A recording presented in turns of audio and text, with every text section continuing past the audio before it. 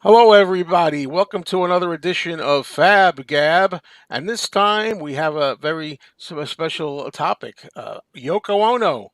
It's not just the Beatles this time, and I'm very excited to welcome back a guest who I had several months ago. I think in the summer, maybe July, and she's got a wonderful book out, and the book is called "In Your Mind: The Infinite Universe of Yoko Ono." And it's so Might good to as have well you. join in. Yeah. Yeah. For a minute, I thought you didn't have it. Okay. I got it. There we go. No, I'm kidding.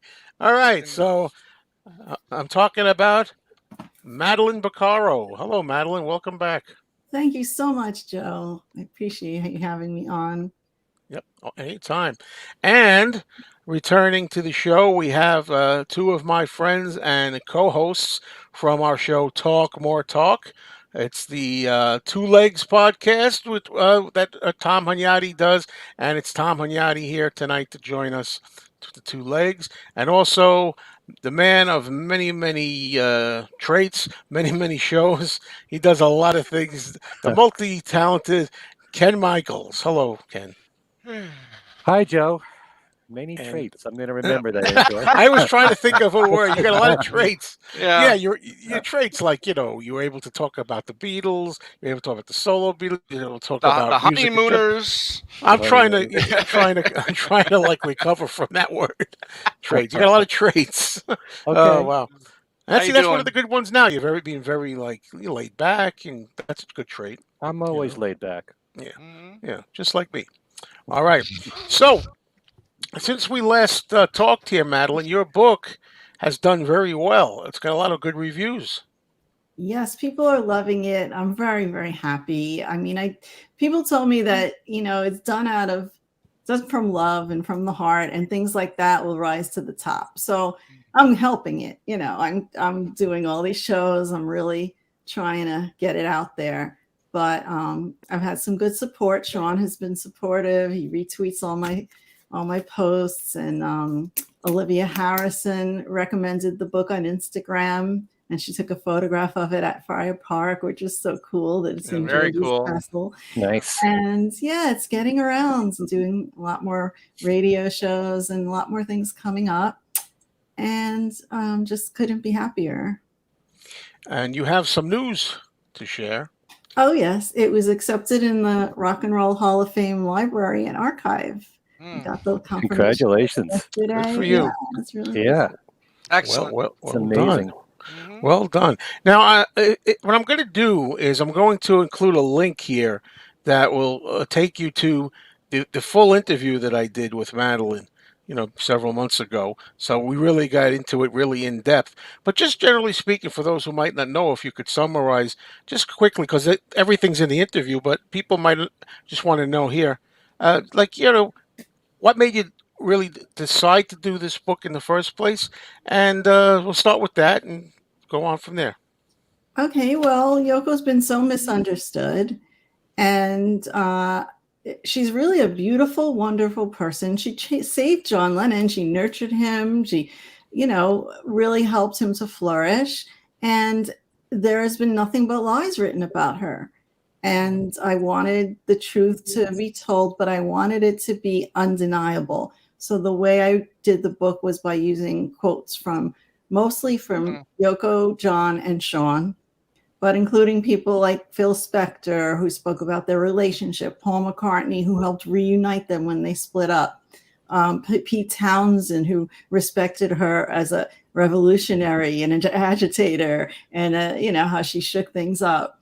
And it, you cannot deny that she did not chase after John Lennon. There's quotes from several people, that show that that wasn't the case. And it's just, I had been writing about her most of my life because I liked her since I was very young. So I collected all these magazines and articles, and I have a whole archive. And I did it little by little. I wasn't planning a book. I just had written lots and lots and lots of articles and combined them one day and realized I had the Bible of Yoko. One of the reviewers actually called it the Bible of Yoko. I'm like, "Oh, that's good." And Nice. it's just like divining all this the meanings and the information that was important about her life, not just her work, her life, her art, her films, and it's all there in a lot of detail. And you got to, of course, speak with Yoko and meet Yoko, and from what I remember, she really was very, let's say, tickled about this book.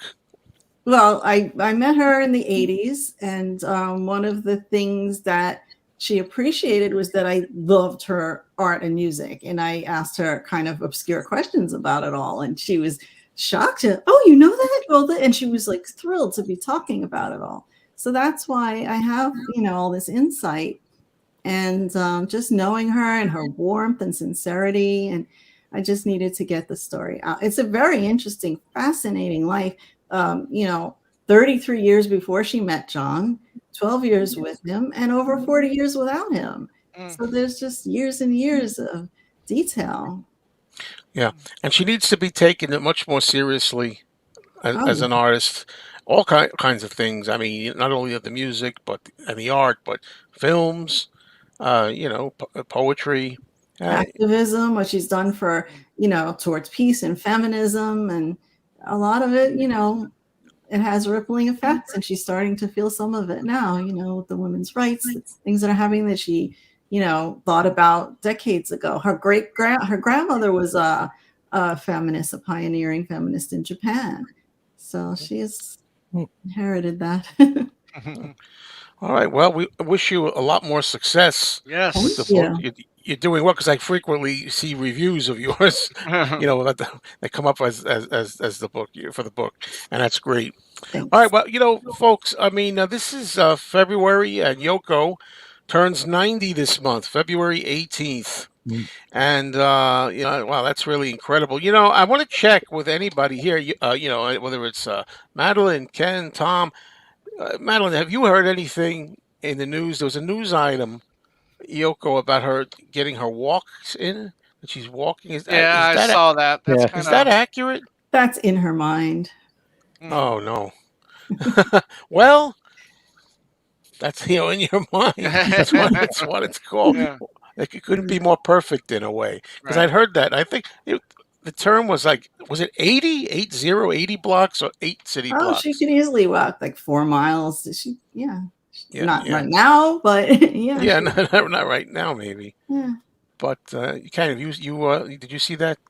I saw that too. I also saw something about there being a party in Central Park on her birthday for an hour and a half.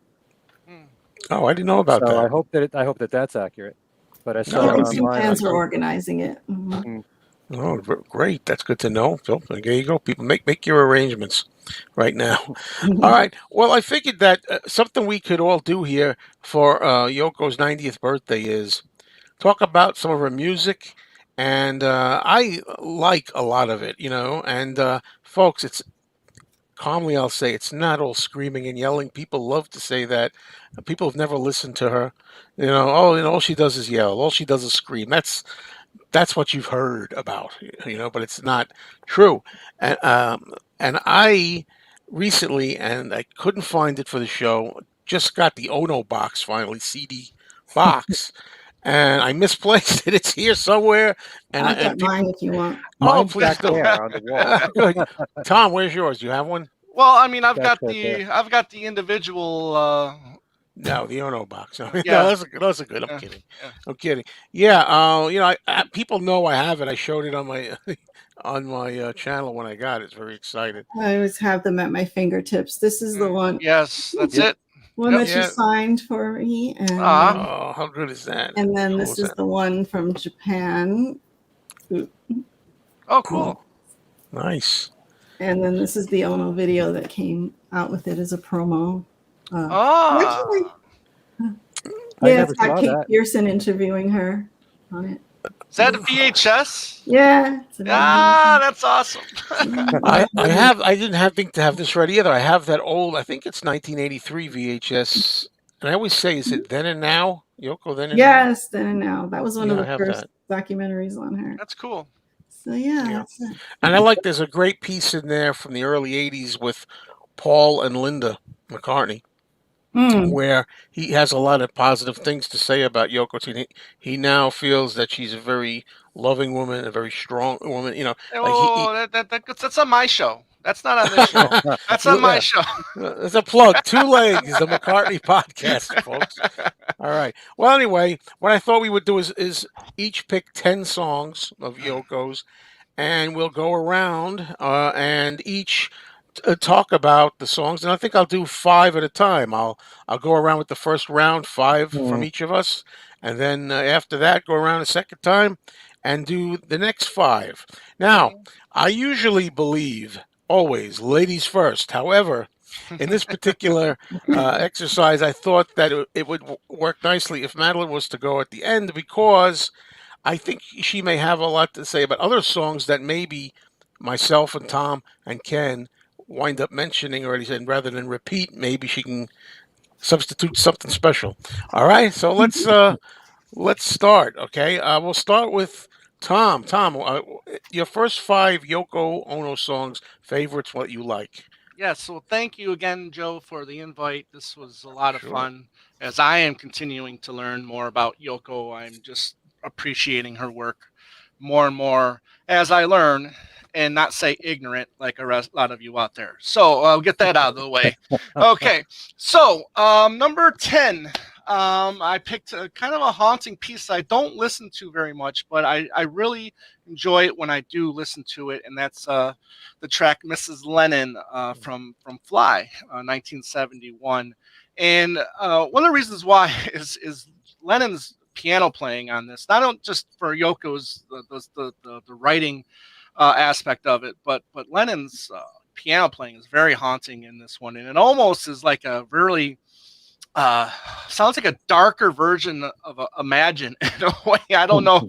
You know, when you listen to it, it's kind of a little slower, a little darker in tone on the piano, and then I just really like the words on this one. And again, you know, Madeline, if you can explain a little bit of it too. I like the verse, you know, and our children, oh our children, did they have to go to war? Yes, my love, it's okay. Half the world is always killed, you know. I mean, wow. Yeah. And then the second verse I really like is husband John extends his hand to his wife, and suddenly he finds that he has no hands. Really, yeah, that's really interesting. Yeah. So that was that's the first track. Number 9 is my very first introduction to Yoko Ono, which would be, listen, I was a big MTV junkie like a lot of us back in the early 80s, and not even knowing who she is. I wasn't a Beatle fan at this point in time in 1985, but Hell in Paradise was just a hell of a video. And you know, I like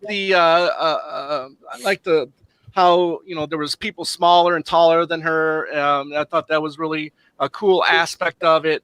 But the part of the song I really love the most, and it's, again, she's an amazing songwriter. If you don't believe me, please check some of the stuff out. But the stuff, the kind of like the middle eight or something like that. It goes, you know, mesmerized by mythology, hypnotized by ideology, antagonized by reality, vandalized by insanity, you know, on all that. And it keeps going on and keeps going on. Kind of like in a way when Lennon was doing God and he was saying, I don't believe in this.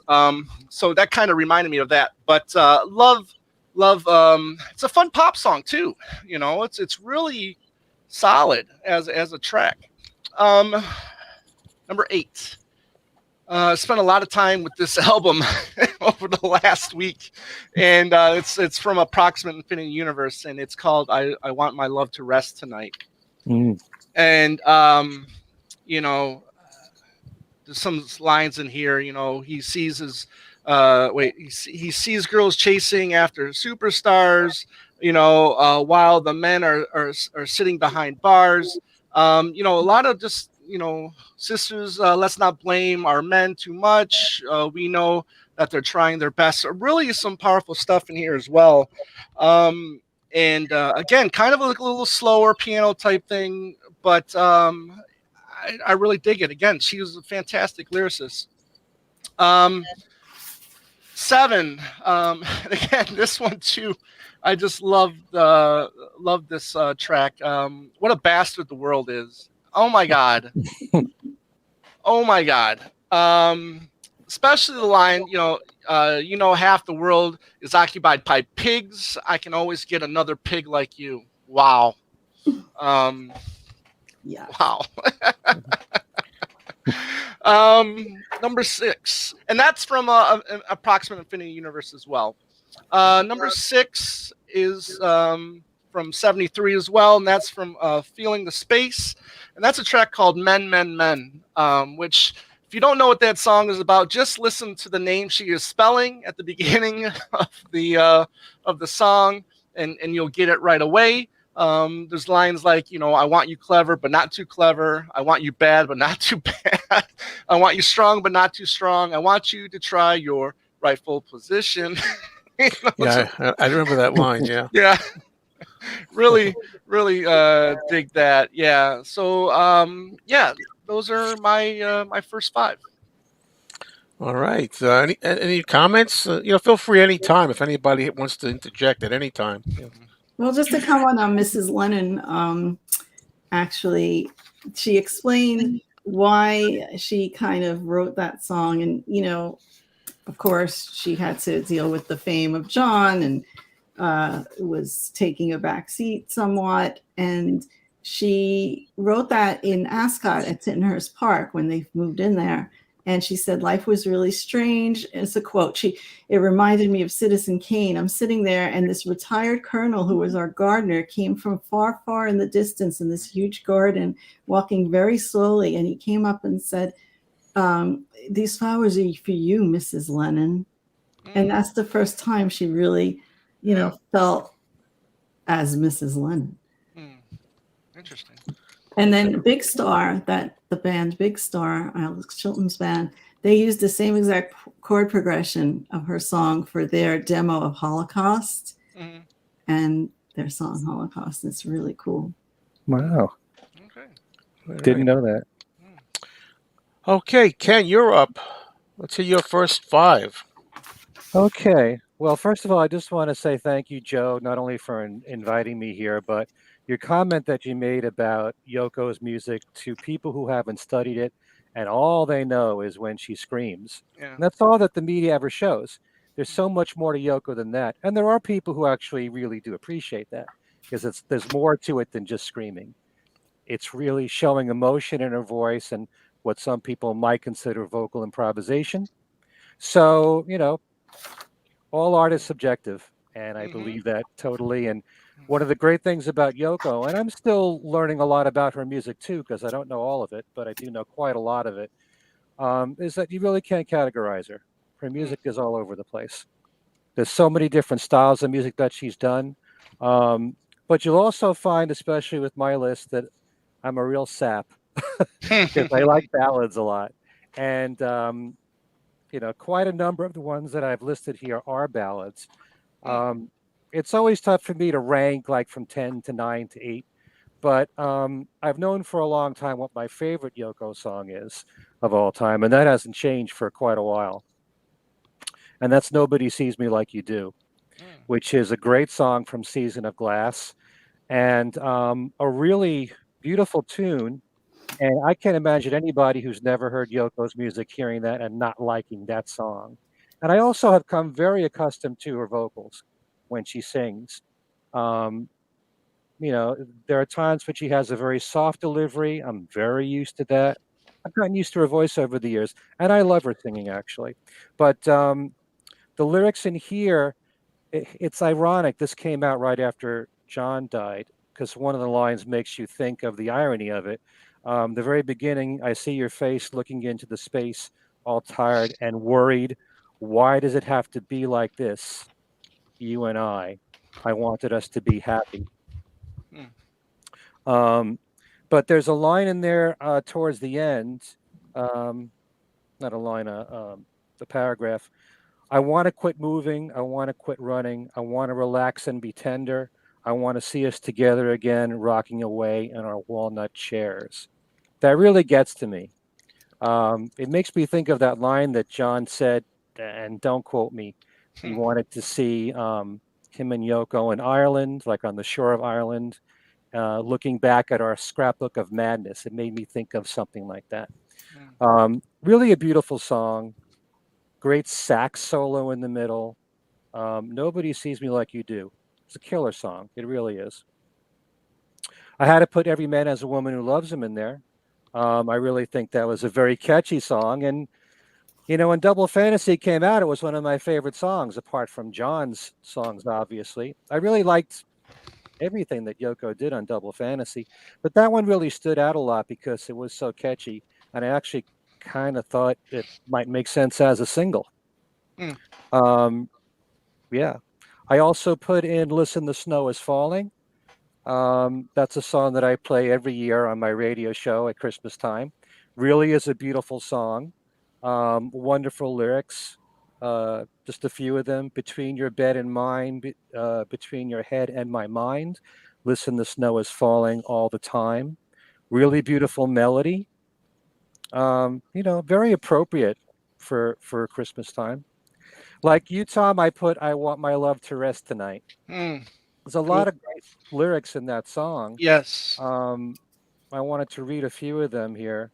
The great thing is, because you also mentioned what a bastard the world is. Here on the one hand, she's talking about how women are treated so poorly in society. And here, I Want My Love to Rest Tonight, she's defending men. It's taking the other side completely.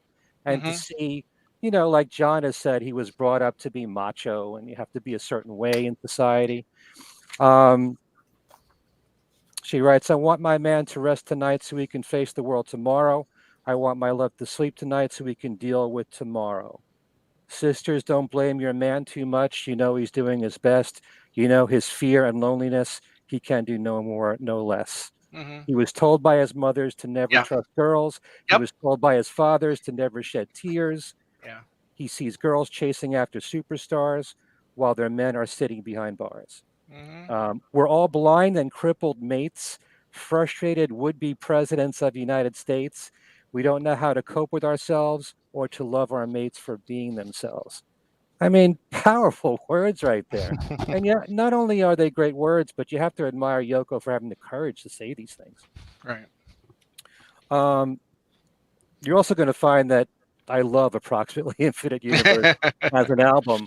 I mean, it's two albums there with such solid material. And by the way, you got to give a ton of credit to Elephant's Memory. They were the perfect band to accompany Yoko on that album. The musicianship is stellar. There are moments in there, especially the ballads the ones that I've mentioned and the ones that I probably will mention later. Adam Ippolito, the piano work on the piano-driven ballads. Gary Van Syke's bass work is amazing, like on Death of Samantha. It's a lot of really strong songs on there. And Bronstein on sax. Absolutely, yeah. And I had to put Move On Fast in there. I mean, that's punk rock right there. And she's doing it in 1973. It would have fit much better later on in the late 70s. And great guitar lick throughout. Yoko screaming through it. But it fits the song totally. She writes, bury your past and move on fast. Nothing's going to last. So take a bit of grass and move on fast. Where do you want to spend eternity? I might meet you somewhere. All roads lead to nowhere, trucking through infinity. I mean, if you love rock and roll, a lot of people have their prejudices against Yoko. Forget that this is Yoko. Just listen to it as music. Listen to it as another singer. You can certainly hear how she influenced other people later on. Yeah, like John always points out the B-52s, Lena Lovitch, and Susie people like and that. Banshees. But Move On Fast is such a solid rock song. It's killer. So those are my first five. Very well done, though. I got to tell you, I wish I would have taken more time to write the lyrics down because it's a tough act to follow. I don't think I went that far. I will say that, like Ken was saying, he doesn't know all Yoko's music. I don't either, but I've been trying to discover more and more. And I have like so many of her actual albums, and I know a lot of tracks, but haven't gone through them all the way. I know Fly I've played, and that one and Season of Glass are two of my favorites as far as the albums that I've heard. I want to really listen to all of Approximately Infinite Universe because I always hear that one as the best by a lot of people that like Yoko. So I only heard certain tracks. But anyway, out of those ones that you two mentioned, three of them I matched with. Oh. But I'll start with those. I mean, I had "Listen, the Snow is Falling." I can't tell you how much I adore that song. Christmas time. It's one of my very favorite Christmas songs. Period. I have a mix CD that I burned, and that's on there. The words again are really poetic, make you think, and it's funny. You can hear the snow.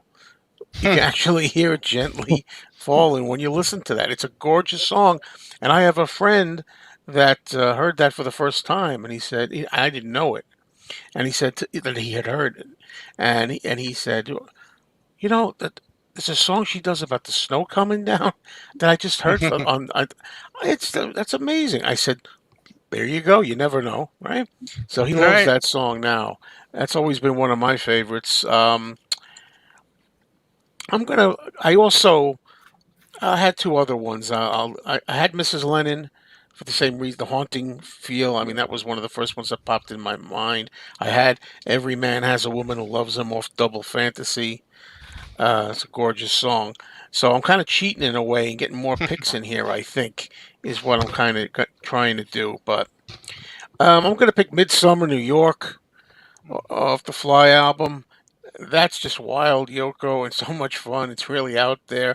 But yet, I love the musicianship there. It's not just about her, only her. I like the guitar that's being played there. And, it's funny. John, I think, I'm thinking of John now, plays some of his best stuff when he was playing with Yoko, I think. And like Tom mentioned the piano before on Mrs. Lennon, that's a great example of it. And he really does well.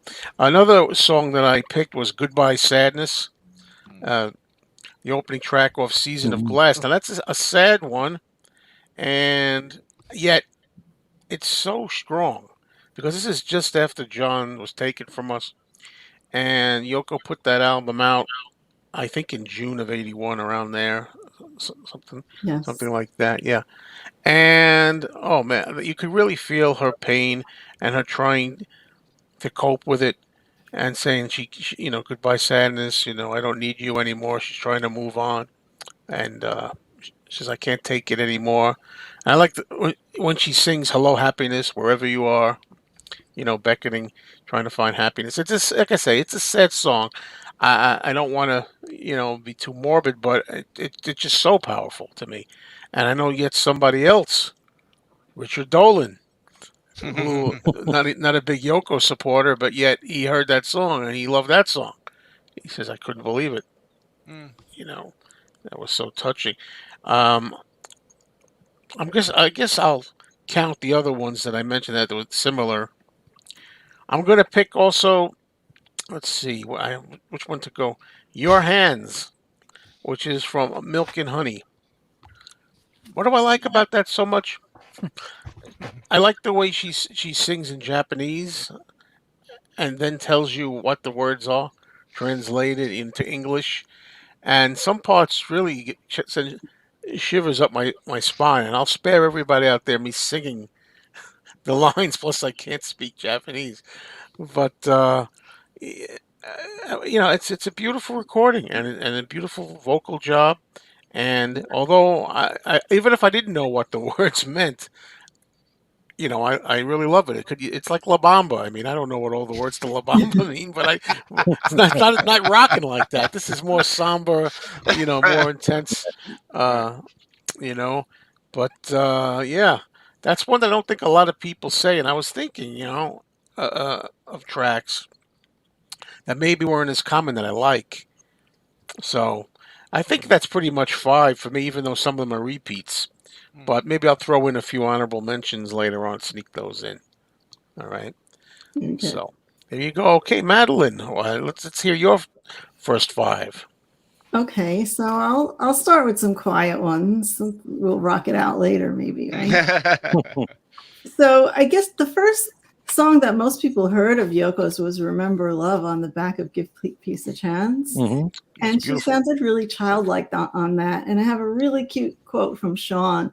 He says, "There's a sweetness and hesitance in her voice which vanishes quickly when she starts making her own albums like Plastic Ono Band or Fly. How intimidating it must be finding yourself in a world-famous couple celebrity relationship with a Beatle, having the bravery to jump headfirst into songwriting. For her, it must have been daunting. I feel like you hear it in her voice. It's appropriate and natural hesitance.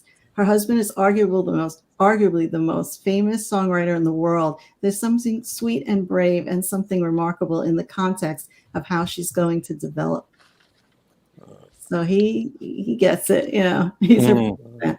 But I'm going to pick "Who Has Seen the Wind" because that's the second B-side of hers is "Instant Karma." And she's just encouraging us to respect something invisible like the wind and nature itself. And the lyrics come from an old nursery rhyme from the 1800s. But basically, she just does this amazing job. And if you hear like the Record Store Day release, it's really, you hear the mix, and John's guitar is really wonky and sounds like a cuckoo clock is out of tune. But like she's really on key, on point. Her voice is really sweet and like a little child, and it's veering like it could go off key. But she sang it that way. She was thinking of, the Alban Berg kind of voice where they crack, and like in a slightly crazed voice that's slightly broken, like a broken toy. And she just wanted to relay that desperation.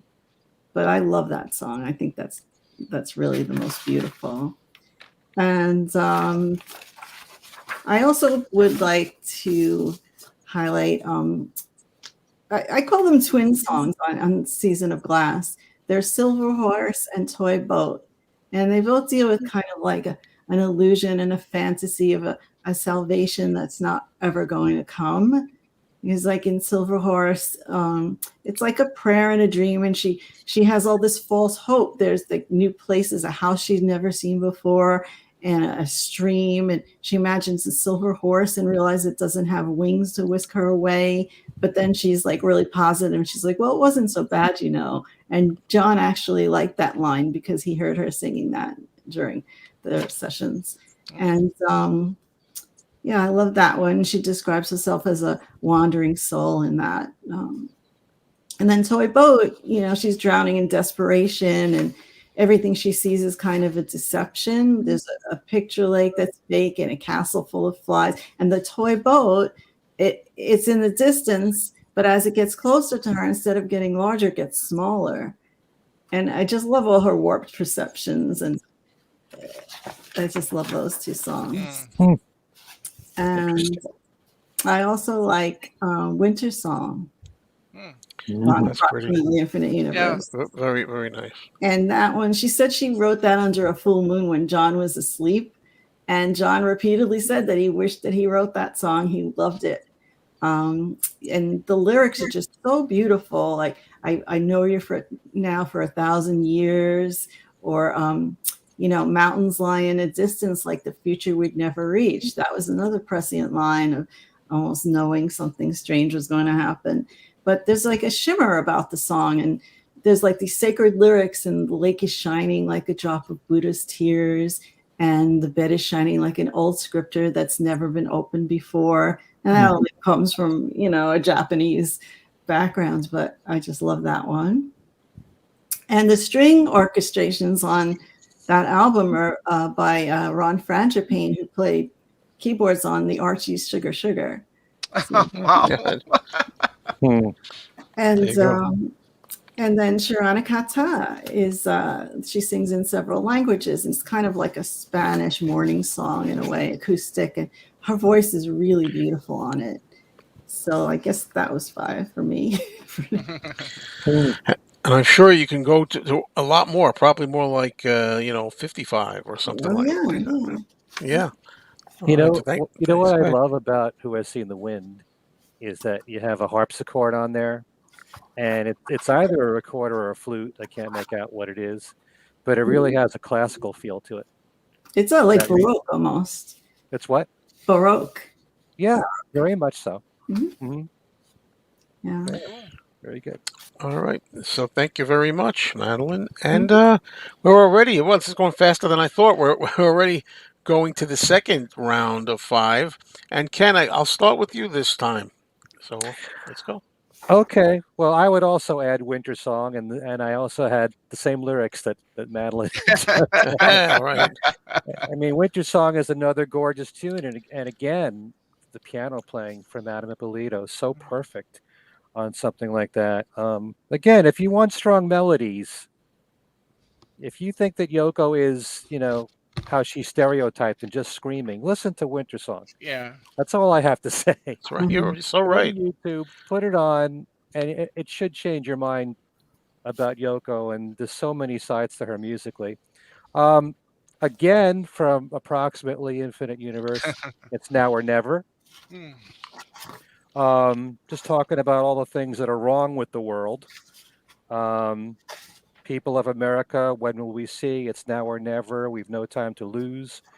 Um, just one verse I'm going to read. Are we going to keep digging oil wells and gold? Or are we going to keep shooting the ones that tries to change? Hmm. Are we going to keep thinking it won't happen to us? Or are we going to be known as the century that kills? Oh. Um, you know, to me, it kind of almost has a blowing in the wind kind of message in there. People of America, please listen to your soul. We can change the times to century of hope. Another song that's a favorite of mine is Dogtown. Um, that's one that she's done a few times over, I think. But the one, because you were talking about Ono Box, that was the one that I got used to.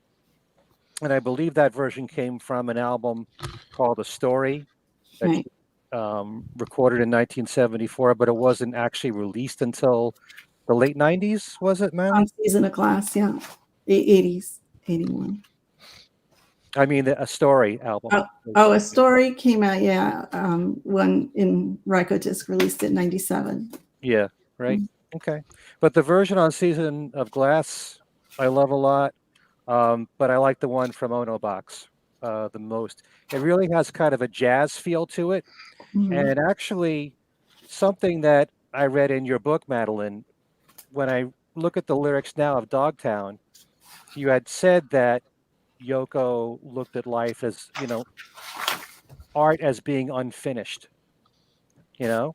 And Mhm. if you read the lyrics of Dogtown, she writes, "Someday I'll be remembered for the phone calls I never made, letters I never mailed, and stories I never finished telling anyone. Hmm. Someday I'll be remembered for the fine words I meant to keep, a warm smile I meant to leave, and a true song I meant to finish writing all my life." Exactly. You can also just hear how these words flow, just as poetry, without there even being music. But what I like about that arrangement of Dogtown is that it's with the, I guess it's a flute. Uh, it really has a jazz feel to it. It almost, I hate to say it, it sounds kind of Jethro Tullish to me. Maybe that's when I think of a flute Right. in the 70s, Yeah. especially, I think of Jethro Tull. So, but it really works, that arrangement especially. Um, I like Born in a Prison a lot. Um, and I like the way that John and Yoko harmonize together on certain songs like that, and Angela as well from Sometime in New York City. That's another one that has a real jazz feel to it, Born in a Prison. Um, she writes, "We live in a prison among judges and wardens and wait for no reason for you. We laugh in a prison, go through all four seasons, and die with no visions of truth. Wood becomes a flute when it's loved. Reach for yourself and your battered mates. Mirror becomes a razor when it's broken. Look in the mirror and see your shattered fate." Again, How these are great, so Ken, incredible. how great is that? I got interject because I have that song on my list. Yeah, How great a lyric is that? It's the whole thing. I mean, the thoughts that go on in her head when she's writing all this down, the Mhm. imagery that she has there is Yeah. just outstanding, what she thinks about. So, Born in a Prison was one of them. I also like Ask the Dragon a lot. Oh, cool. That's from Rising. And that's a really different kind of song. It's got this really funky beat to it and a great bass line throughout the song. And it's one of those songs where she kind of talks through it and then screams towards it. Um, I didn't write the lyrics down for that, but it's like Ask the Dragon why they crawl on Why he's walking with 8 legs. 8 legs. Because I And when don't it know. gets, I'm yeah, just doing it. yeah. But when it gets to a human, like a girl or a guy, then she says, and this is what he says. And it's so cool, that whole It has a arrangement. companion song called Ask the Elephant. There's Right. another. Yeah. So I don't know if I gave another 5, but I'll throw in Let Me Count the Ways a lot. Oh, that's What nice. I love the fact that she intentionally, because Grow Old With Me, they envision themselves as Richard and Elizabeth Barrett Browning. Grow Old With Me was based on a Richard Browning poem, and Let Me Count the Ways was based on Elizabeth Barrett Browning. And she made sure that she was also, it had that demo quality, just like Grow Old With Me, just her on a piano, even with some like echo on there. And it flowed so well into Grow Old With Me. I like the fact that she did that. It's beautiful melody too, beautiful words, everything about it.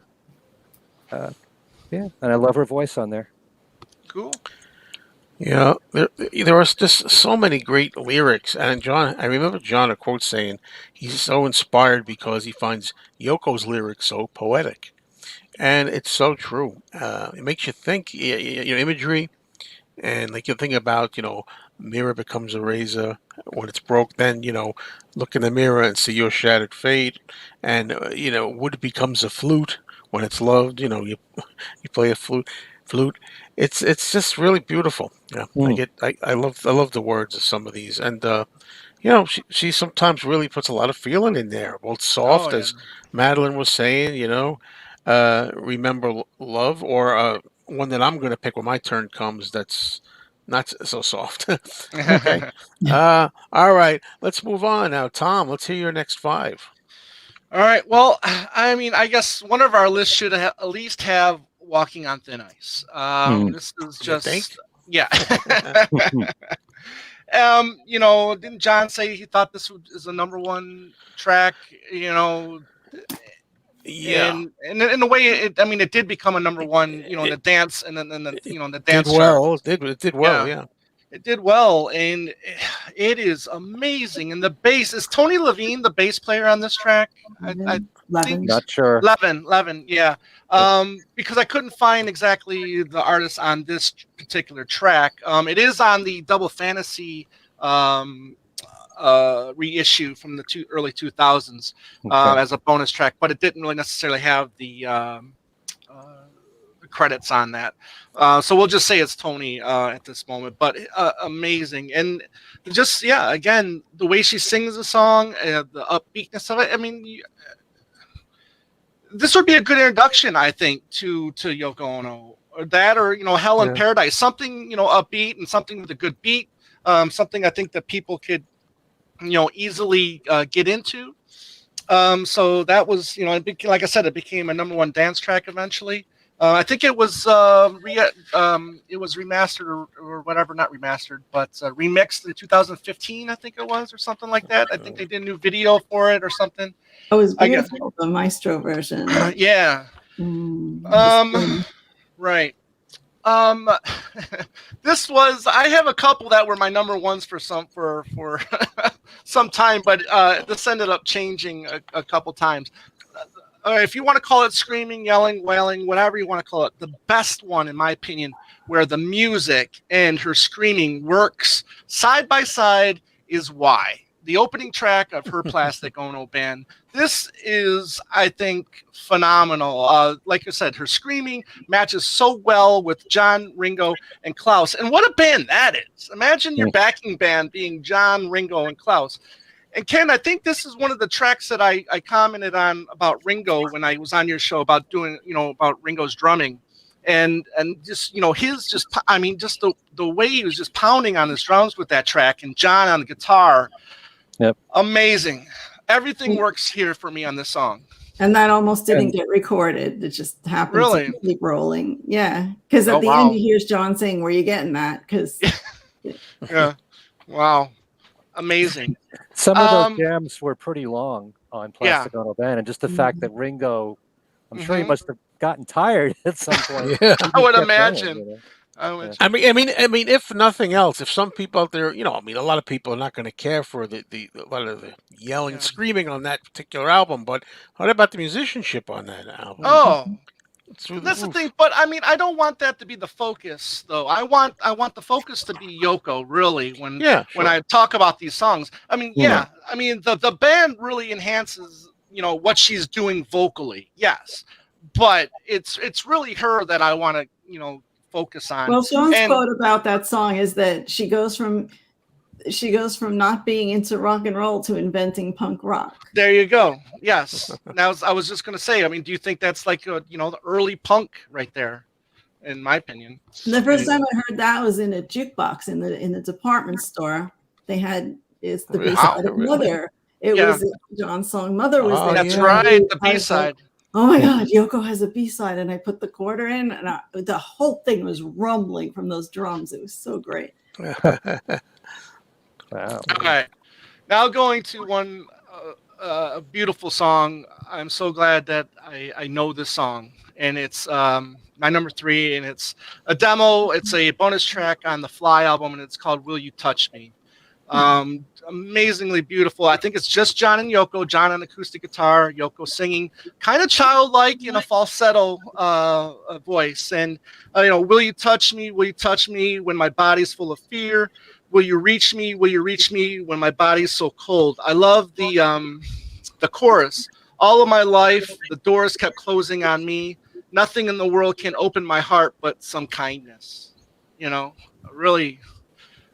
Really beautiful song, and I would ask everybody here to listen to that song. All of our songs, actually, that we're picking, they're all great ones.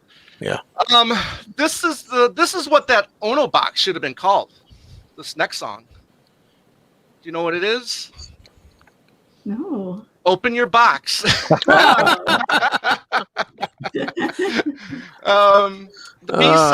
B-side to Power to the People.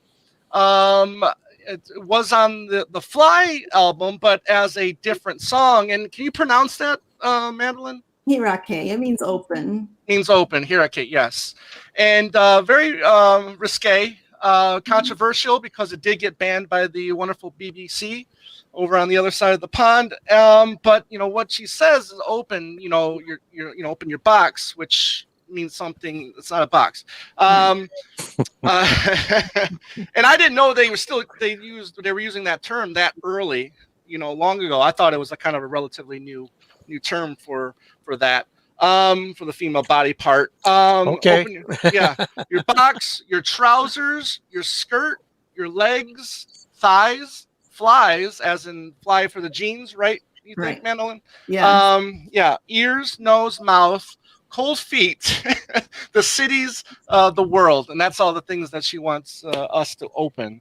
There's a censored version, and all those words are kind of muffled, but it sounds kind of cool. Yes, it does. Very cool. And you sent me that long version. I thought that was awesome. That's really cool. Yeah, that was really cool. And then what ended up being my number 1. Again, this was just amazing track, and it's called "Run, Run, Run from Feeling the Space," and which is becoming one of my favorite albums from Yoko. But very soulful, great female backing singers on this with Yoko, and each time she would say "feeling," feeling this or feeling that, the backing vocals would come in and join her with this. So it's like feeling the breeze, feeling the spring, and suddenly I noticed that it wasn't light anymore. And then the next verse is suddenly I noticed that it wasn't fun anymore. Suddenly I noticed it wasn't spring anymore. So very beautiful song. I tumbled on roots. I stumbled on stones. Lost my marbles. Stepped on my glasses. And then feeling. And then the backing vocals. The I don't know how many women are doing the backing vocals. Maybe 2 or 3. Absolutely gorgeous. But then run, run, run. Through your life, run, run, run for your life. Again, it's just beautiful words and beautiful song. And I'm so glad that I know this song now. I do have an honorable mention, but I guess we'll get to that when because I do have a little speech about this honorable mention that I hope you don't mind. I do, Joe. But No, next. no, please, by all means. Yeah. All right, Tom. I like that. Well said. Okay, it's my turn now. Boy, I'm finding like a couple of things getting mentioned here, so I'm kind of moving to other stuff that I had. But mine are in no particular order, by the way, except I'll probably tell you when I get to it. Maybe my number one is the one I'll mention last. But anyway, I had to go with I'm moving on from Double Fantasy. It's not very long. It's short, but I never forget the first time I heard it. And I've told this story before when Double Fantasy was going to be coming out, and I was a teenager, and I was like, I can't wait to hear it. John, it's back. And I happened to catch the end of I'm Losing You on the radio. I just turned the stereo on, and you heard John like talking about, do you still have to carry that cross? And this and that, and he was like, I said, oh, John, it sounds in good form, and it's kind of rocking this song, I got to listen to this. This is fantastic. And then it goes on, and something weird happened at the end. It started getting like, distorted, all this stuff, and it's not over yet. It comes back, and then Yoko comes in, like a kind of the way I say, almost like a call and response song. She's going to respond to what John just said, and I was like, this is better. Best song on the album. I used to think when I would hear this album, maybe still do. Her doing I'm Moving On, and really getting into it. She's had enough. You didn't have to tell a white lie. Don't stick your finger in my pie. All this kind of stuff. She's like annoyed, but then she wants the truth. And I just again I feel like I'm not taking away from Yoko, but I just love the musicianship on there. I mean, I like the music that goes with it, the feel of the whole piece. I just like the idea that it's John sings his part and then she does him one better, and saying that there's some trouble there. They might be having some trouble in paradise. Everybody thinks that they always portrayed this image as Romeo and Juliet, the perfect couple. But listen to this, and she thinks it's getting phony, and we're getting phony, and all this. You're getting phony, and all this kind of stuff. And at the end, of course, modestly, as I think she says in the she does that wailing stuff, or the Yoko Ono stuff that we all know, the stereotype, but not too long. Just enough to sweeten the end, I think. I really love that she puts that on at the end of it. So I really love that track. It's one of my favorite Yoko songs. Then I'm going with Sisters Oh Sisters, which I always bring up.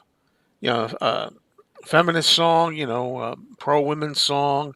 But what I like about it is the feel that it has. Again, it's almost like the little girl kind of thing. We're kind of saying with remember love. Not remember. Yeah, remember love, the soft one. But she sounds like she's singing in a girl group. I always figure that this could be what is this? The Cookies or something? I don't know. I'm trying to think of an example. It sounds like a pop song like that I could some of it. I could hear it back in the earlier times. So I've always liked it. Kind of like the Ronettes. The Ronettes, and now one that I have that's a tough one, and I'm wondering if Madeline can help me with this. I don't know if anything's been said about this song from Yoko. It's off season of Glassic and hasn't been mentioned, and it's another tough one, and it's called No No No. I don't know what really it's about. I know what I think it's about and why it affects me. Uh, it seems like after John was killed, that she's trying to come to terms with a lot of this stuff in her mind, and it has I have the lyrics for this one, and it's like, let me take my scarf off. No, no, yes, yes. Don't help me. You know, It's the don't. ambivalence of maybe trying to have another relationship or have anybody else touch her, or it's Yeah, very, very intense. yeah. And of course, the gunshots in the beginning of the Right. It starts song. off with gunshots, and she screams no, and then the song starts, and it's really, yeah. I was going to use it. Tension in the song. And the It's ambulance siren and the the ambulance is people at out the there. end, and she says all this kind of. She's like having trouble adjusting. Like yeah. That's pretty much what I've always taken from it. With a lover, perhaps. Don't touch me, touch me. I don't like it. And then it's you promised me, you promised me. I don't remember what you promised. I know you didn't keep it. And then it's stuff like that. Let me Mhm. take my ring off. No, no. Yes, yes. And she's really trying to adjust to He these writes mixed about it in feelings. the Ono box liner notes. You can read all about it there. I quoted Oh, from it in the book. It's really intense. yeah. So I guess that's enough said about it. It's really powerful, that track. Yeah, Uh, she even said a musician wanted to keep it musical and not have an ambulance. He wanted the instruments to play the ambulance sound, and she said, no, I want to keep it real. yeah, and she did.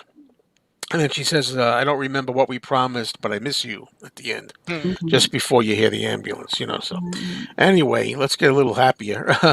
Well, I guess I had Born in a Prison also, so I'm gonna like kind of like cheat and get another one. I love Born in a Prison, always have. You know. I got to see her sing it live at the One-to-One concert. Oh, Oh you went to wow. the one-to-one concert. I don't remember you telling me. I don't think. Wow, that's great. Amazing. That's fantastic. Mm. Yeah, and yeah, that's we said about the lyric. That I already mentioned again about the razor and all that, and the harmonies with John. But I like the song. I don't know what too much to say about this. The song "My Man," I really like a lot. I don't know. I just like it. It's new wavy. And again, I love telling stories where people heard these things that I know, people I know, and they were impressed. One time I was in my record store and I played that song. And some young person said, who is this?" I liked, and I said, "Yoko Ono." He said, "You're kidding me." I said, "No, it is." Uh, so I really love it, with the Babaloos and all in there. Uh, I know I really love that. And also the video. There's a nice video for it that I like, and Sean is in it. Mhm. When he was small, I really like it from the "It's All Right" album. And I'm going to go with. I have to. If I had to pick a favorite Yoko song, it seems these days that it's so like cliche in a way, but "Walking on Thin Ice." It's got Yoko, like I say, being, I say modern, but sounding like, at least for that time anyway, a dance track. But it was also an older tape that she had that John pulled out, and she's like, "Oh, I wonder why this one." Oh, that's interesting. I don't think I Yeah, knew and that. a line in there, I wonder if she knew about it. It's all like she's got this little subtle thing going on. Yeah, she's thinking that whole bit in there about the lake and everything. I have my own images of that. I don't know if it was intended this way, but sometimes songs make you think. Like I always think when she says, "I knew a girl who walked across a lake." Yeah. Of course, it was winter when all this was ice, and et cetera, et cetera. It says something about they say the lake is as big as the ocean, meaning like I wonder if she knew about it. Now, what does that mean? Well, to me, it means this is my interpretation. She's walking across the lake, ice, doesn't Mhm. realize as she gets down farther and farther, this thing goes on a lot longer. It stretches on longer, and at some point, you're stuck out there on an ocean, frozen ocean, Mhm. and very may very well melt, and you can't get back. That's what I've always thought when I hear that. So I wonder if she knew about it. Like, did she know that this was that long? Is there a purpose to her going out there that far deliberately to do that, or did she not know about it? Well, So, I mean, I don't think she knows what she's, she thinks about it later and she's like, well, the girl was me. And the lake in her mind was Lake Michigan, which she had visited. And it was just imagery, see, we lost Ken. Hopefully, we can get him back, but at least we got through with the songs anyway, right? So, but yeah, just it was the closest thing to a big hit Yoko had, and John plays the guitar on it and all that. And it's terrific track. I have other ones too, but I'll let you go next, Madeline.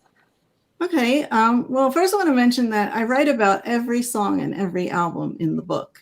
And it's not just in the back like a discography. It's in throughout the book in each instance where they take place in her life, because every album has resonance to her life. So I wanted to say that. And then also it's just a funny quote from her. She says, "My son's friends are always exchanging CDs that they make privately, so far out. And, I have to shut my mouth. I'm not going to say that's like what I used to do. I say, great, isn't that cool?" But it's really getting to that point, it's amazing. So she was thrilled that, the world was coming around to her style. So I guess I'll pick some more avant-garde songs. Yeah. Oh, A chapter called Queen of the Scream, which explains all her influences and going from John Cage to the 12-tone composers. And it just takes you through, how she got to this point. But yeah, I would have picked Y, of course, but John described it as today's Tutti Frutti when he was playing it on the radio. But I would also pick Greenfield Morning from Yoko Plastic Ono Band. And that's the one that has the drone loop from George Harrison's instrument, the Indian tablet. What is it? The sitar. Sitar. And it's quite possibly the drone that's used at the beginning of Tomorrow Never Knows. It's that one. I think it's the one. And they added such an eerie echo to Ringo's drums. He didn't even recognize his own playing when he heard it back. And here's a quote from Sean. She's the one who produced it. She put all the delays on Ringo's drums. And when he heard it, he said, "Who's playing drums?" She put so much delay. It was more than on the avant-garde side, but it connected to punk. It wasn't like screw everybody. It was like, let's heal through expression.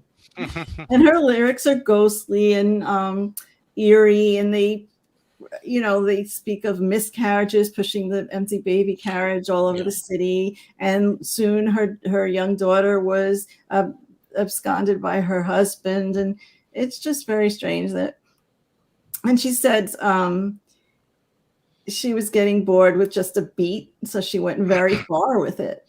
So that was her description. And I want to pick, what am I going to do next? Mine Train.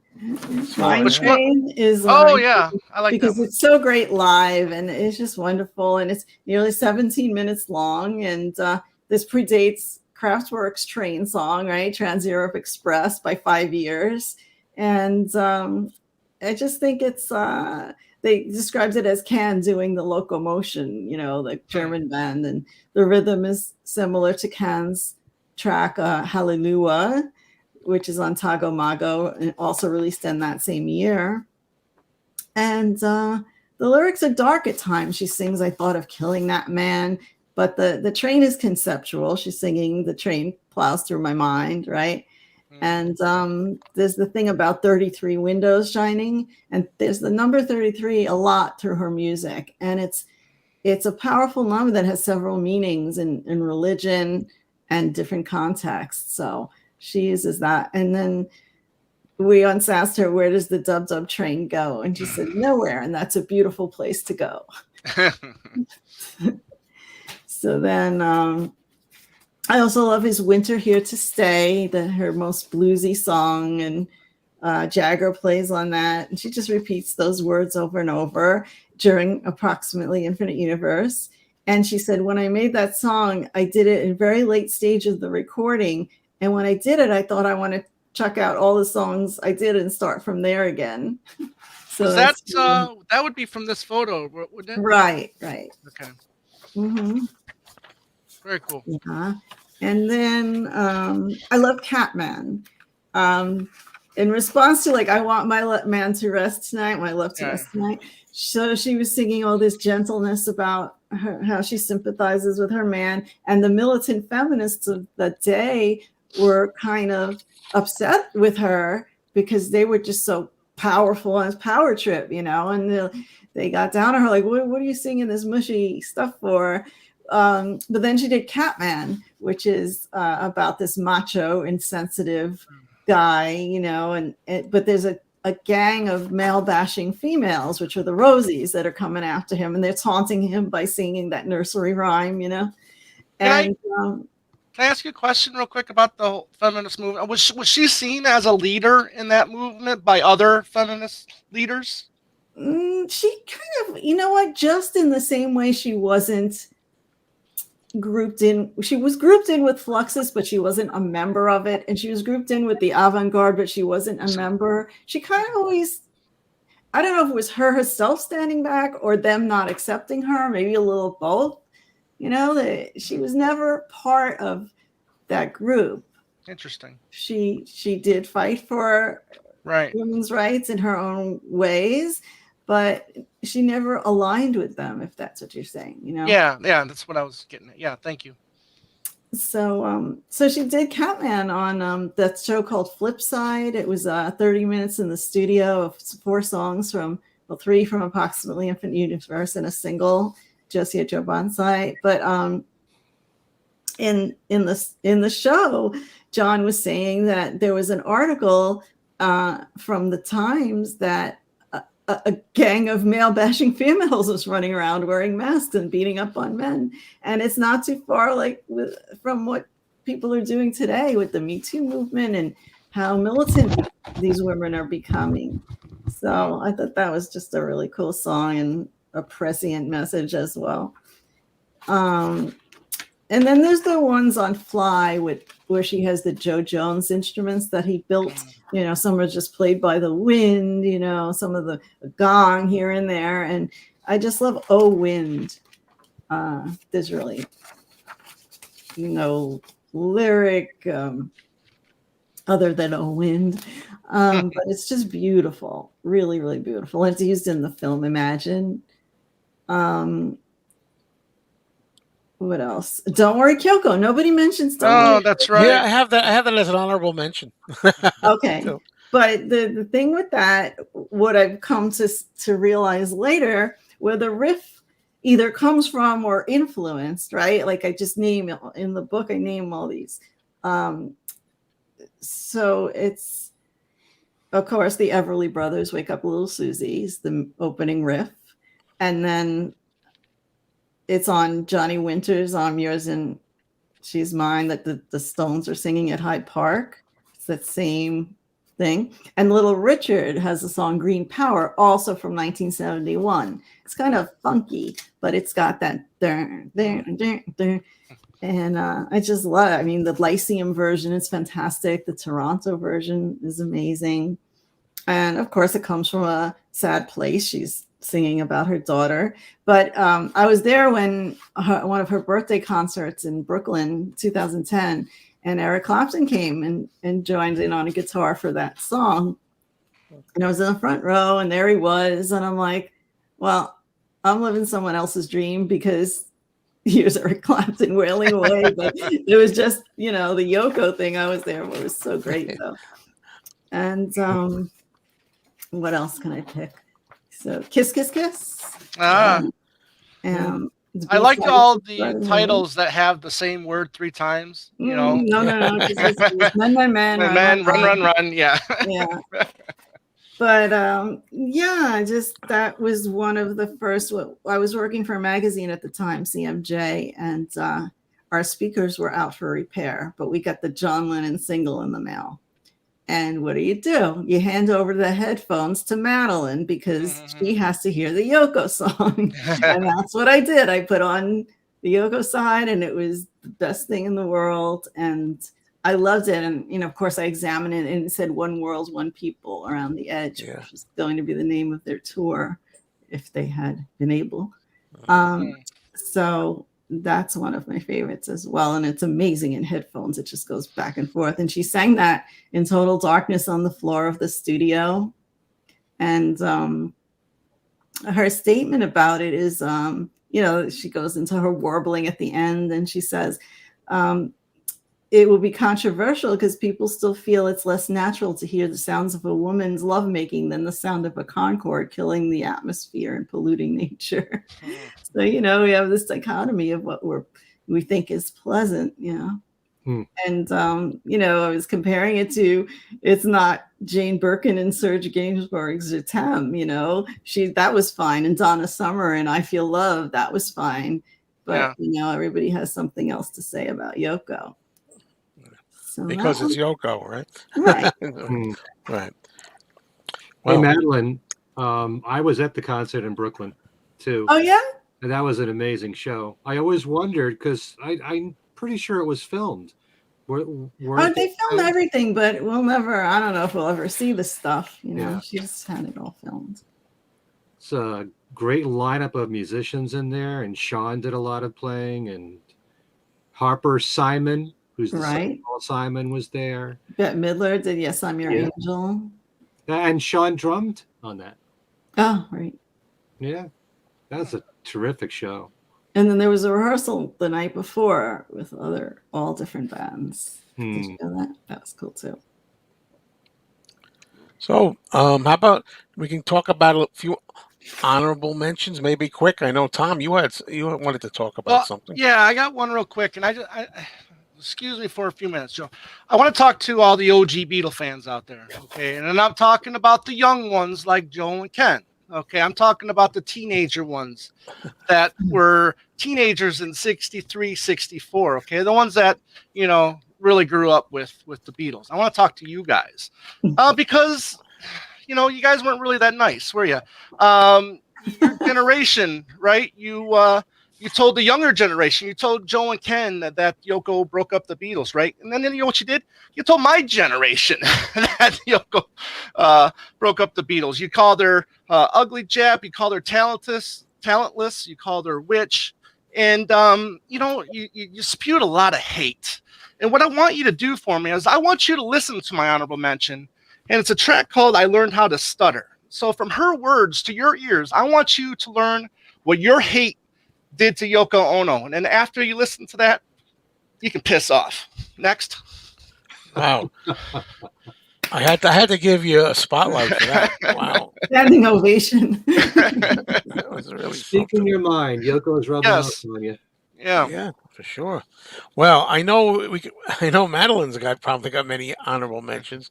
Either one, Ken, Madeline. I'll name a few, but some of them you've already mentioned. Goodbye Sadness, I think, is a brilliant track. It is very sad, but it's very cathartic, and it's something that she had to say at that time. Death of Samantha, which really does have a jazz feel to it. Kind of sounds like if you were in a lounge and there isn't that much lighting in there, and you've got a small combo jazz outfit. It would sound kind of like that.